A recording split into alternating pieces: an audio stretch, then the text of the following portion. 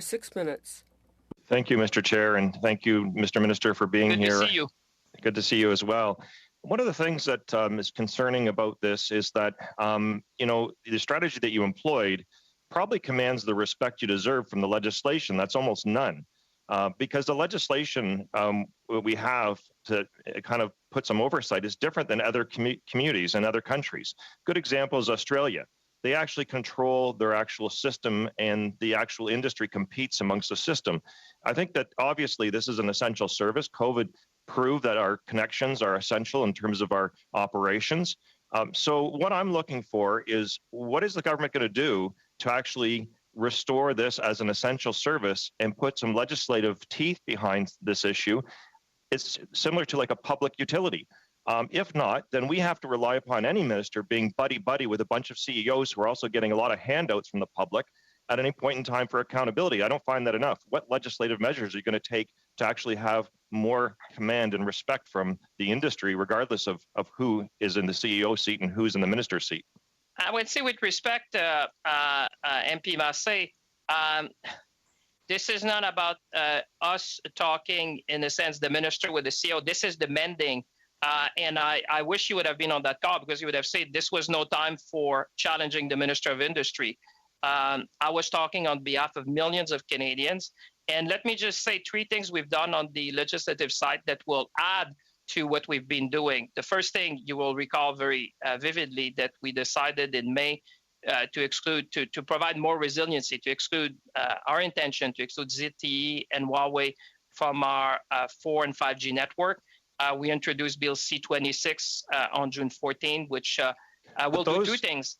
But those won't affect this. That's public safety. Okay, I only have limited time. Well, yeah, but I would say Bill C-26, you're right, that will promote cybersecurity, but we'll do one important thing with respect, sir.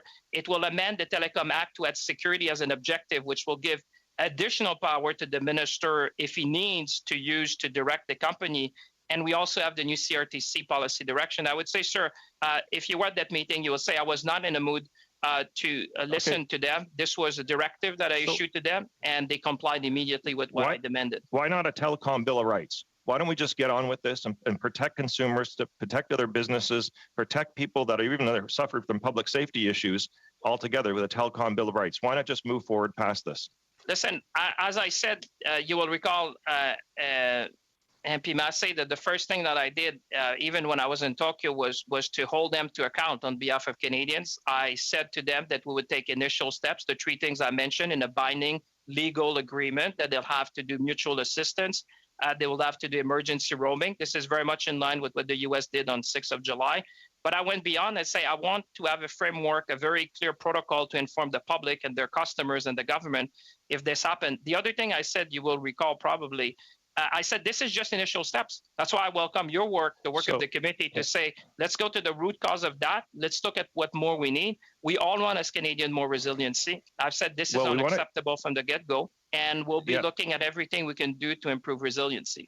Well, I hope that if you're going to look towards the committee, you can also look towards the committee that is not fooling around with the Shaw-Rogers takeover. And we've already been spoken about that, opposed to it. And I don't know why we're still fooling around with that, but hopefully you'll take that seriously back, as we should be moving on from that. But right now, under the legislation, what penalty will Rogers, either CEO, staff, or whoever, will they pay? The company pay a fine? Will anyone go to jail? Will there be any problems or repercussions? What actually protects consumers? Rogers is doing a refund to some customers. What actually is in the legislation that actually mandates certain specifics? Are those things going to happen? They're not going to happen from my understanding of legislation. And if I'm wrong, then let us know. And if not, are you going to actually employ those things that are actually going to be in law, not just a minister's opinion to the actual industry? Yeah, well, it's more than an opinion, it's a directive. You know, when I speak to them, they listen. That's bottom line. They don't have to follow, though. Well, listen, they do. They do. Trust me, they do.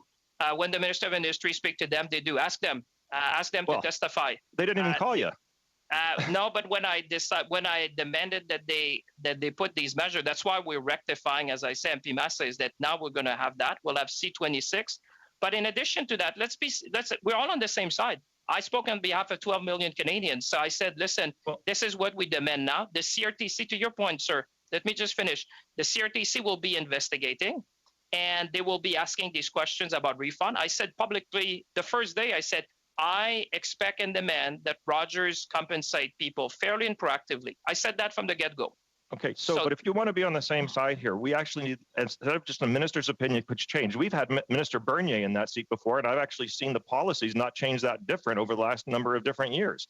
I'm on the side of Canadians that want, regardless of whoever minister is going to be there, there's going to be accountability to the public through their own individual strength and worth as a citizen, not necessarily relying upon egos or people that are going to change seats at the CEO table. Those things are all things that we can't control. What we can control is a legislative process as an essential service that's like a public utility that strengthens the individual and collective rights of Canadians. That's the side I want you to be on. I don't want to be on the side where we have to rely upon influence and goodwill and personal elections and whether they're golfing with somebody or not. These are the things that I don't want to rely on. I want to rely on legislation. Well, you'll be able to rely on a binding formal agreement, sir, for the first three things that I mentioned. This is going to be a formal binding agreement. This is not like, the way you describe it seems like it's no, this is, I demanded. There's no discussion. It's going to be done. There's no room for maneuver. The second thing I would say, sir, with respect, I think on C-26, and I think because you're a very experienced legislator, amending the Telecom Act to add security to it will give additional power to the minister, not only, like you said, that they will follow what I said, but that if you support C-26 with colleague, I would have legal power to demand that, because once you add security to the objective of the Telecom Act, that would give broad power to the ministers to do what I did. Now they did it. I demanded it. They're going to do it. We're going to do more. And with C-26, I think that you and I, with the colleagues, will be able to better protect the public. Thank you, Minister. Thank you. Mr. Masse will now move to MP Gray.